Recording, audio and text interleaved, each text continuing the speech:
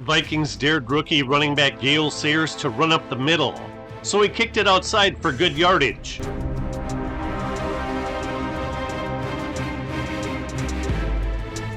Then when they didn't dare him, he ran up the middle. The Bears scored 6 touchdowns in this game, and Sayers scored 4 of them, but it was Ronnie Bull who scored the first one.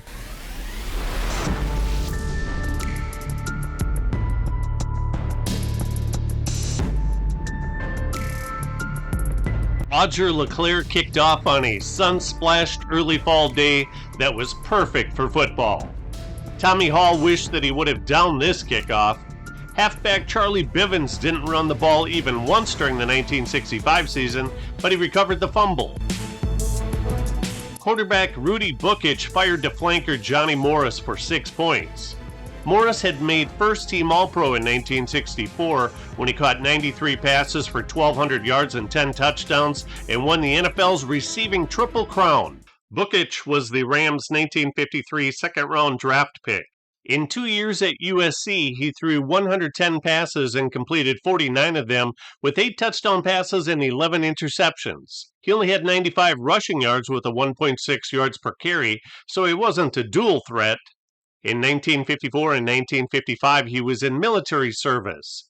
He didn't start his first NFL game until 1960, but in 1964 he broke the NFL consecutive pass completion record with 13.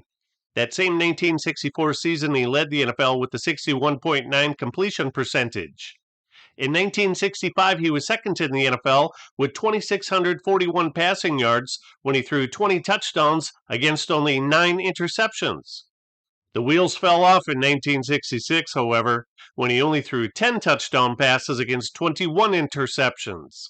The 1965 Vikings scored the 4th most points in the NFL with 27.4 per game, but their offense didn't click early in this game, although they'd score 37.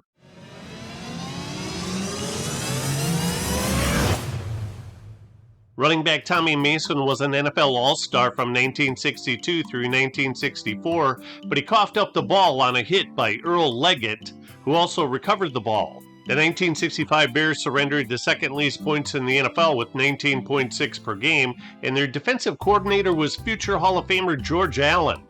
Allen became the Rams head coach the very next year in 1966 and spent 12 years in the NFL as a head coach. Bukich's pass bounced off the hands of future Hall of Fame tight end Mike Ditka and into the hands of Ed Schrockman, who not only played defensive back at Pitt in college, but also played quarterback and punt returner.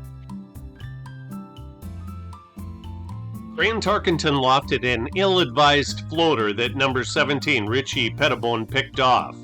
This strong safety intercepted 48 passes while making 3 All-Pro and 4 All-Star teams in his underrated career. Cornerback Lee Callan demonstrated fine balance and tackling technique when he dropped Gale Sayers for a 3-yard loss. On 3rd down and 33, Gale Sayers jitterbugged for 11 yards until he was ankle tackled by left cornerback George Rose. Punter Bobby Joe Green fielded a one-hopper, kept his cool, and skipped his normal punting strides. His 58 punts in 1965 were the lowest for him in a full season, but the next year he led the NFL with 80 punts. The Vikings ran the ball more times than any NFL team in 1965.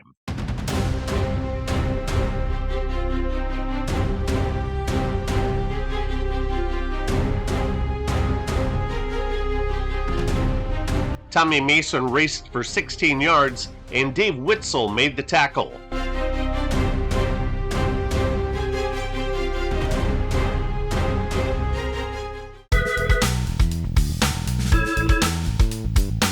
Three plays resulted in no yardage gained, and Fred Cox successfully booted a 28-yard field goal. The Vikings defense caused the Bears punt, and a 26-yard screen pass to Bill Boom Boom Brown put the Vikings in business.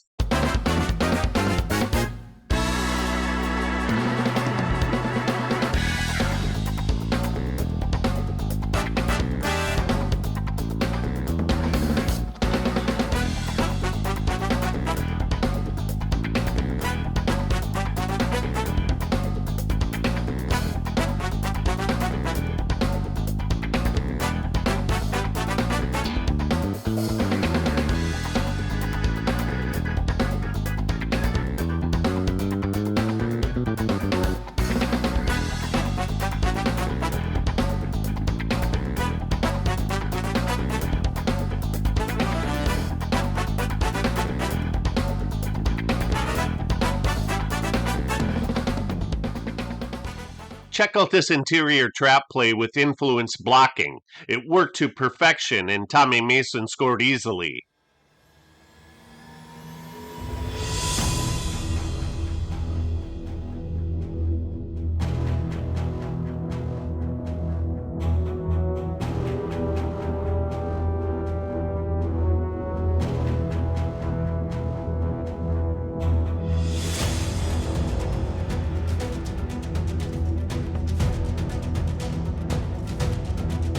Somehow Bukic was hurt on the previous play, so Billy Wade temporarily entered the game.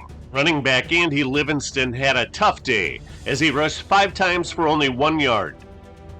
On a 4th and 3 play, Bobby Joe Green punted to Tommy Hall, who also played flanker for the Vikings. Linebacker Mike Riley recovered the fumble for the Bears.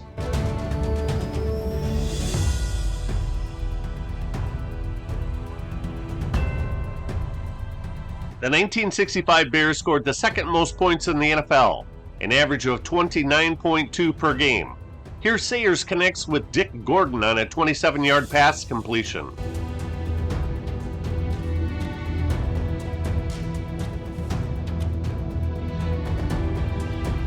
Roger LeClaire was 6'3", 235 pounds, and played linebacker in 1965 aside from his kicking duties.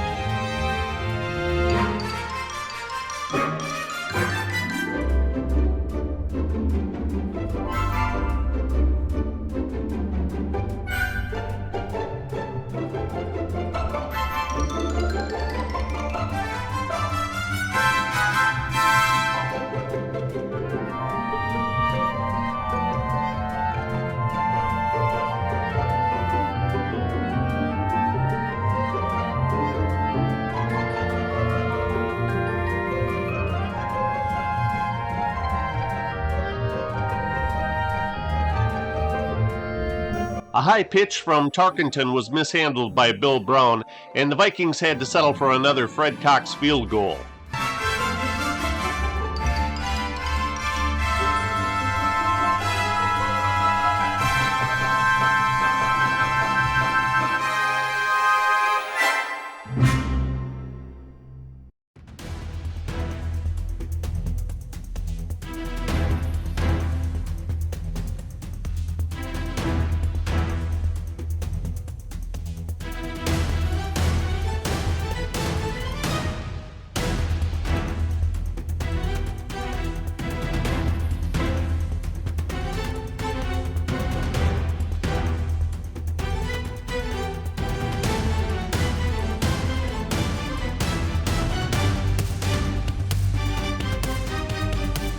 Split end Paul Flatley led the Vikings in receptions with 50, yards with 896, and receiving touchdowns with 7 in 1965. This 38-yard catch was the longest in this game. Bill Brown's 40-yard run was the longest in this game. He rushed 15 times for 115 yards. He made the NFL All-Star game for the second straight season in 1965. His 1,202 scrimmage yards were the 5th most in the NFL, too. Rudy Bukic re-entered the game and booked 24 yards, so whatever was ailing him no longer appeared to be any longer.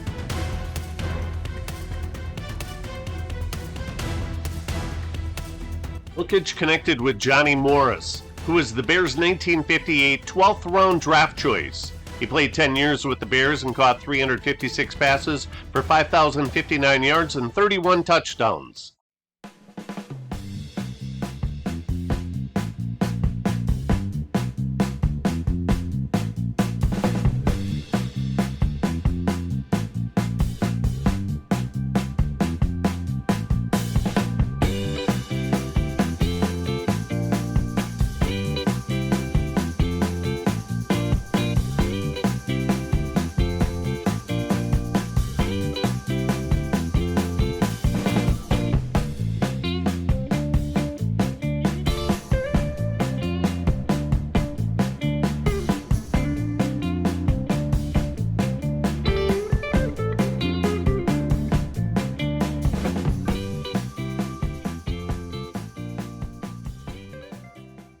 Gale Sayers probably had the greatest rookie season of any NFL player. He finished with the second most rushing yards and rushing touchdowns. His 5.2 yards per carry was the third highest, and his 22 total touchdowns set an NFL record. He caught 29 passes for 507 yards, 6 touchdowns, and a remarkable 17.5 yards per catch. He returned a kickoff for a touchdown, and his 31.4 average return was the highest in the league. He also returned a punt for a touchdown, and his 14.9 average return was also the highest in the NFL. He even threw a touchdown pass and was 2 of 3 passing for 53 yards. Rookie running back Dave Osborne returned 18 kickoffs in 1965. The Vikings' 13th round draft pick played 11 seasons for them before he concluded his career with a 1-year stay with the Packers in 1976.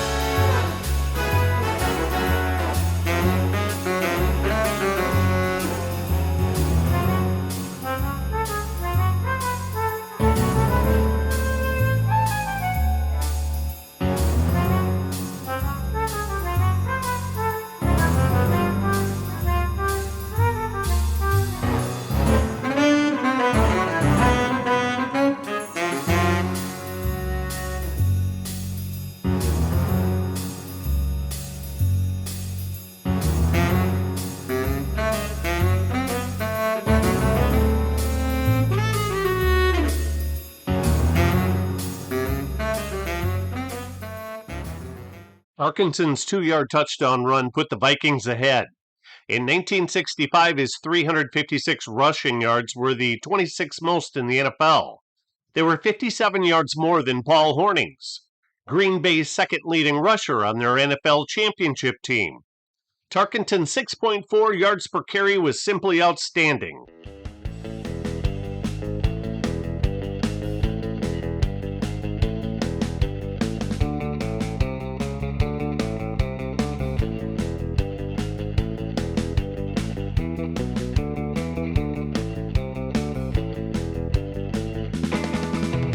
Bears' Ronnie Bull ran like a bull. 10 carries for 92 yards in this game. Here it seems that he was looking to pass, but he ran from hash mark to hash mark for 12 yards and a first down.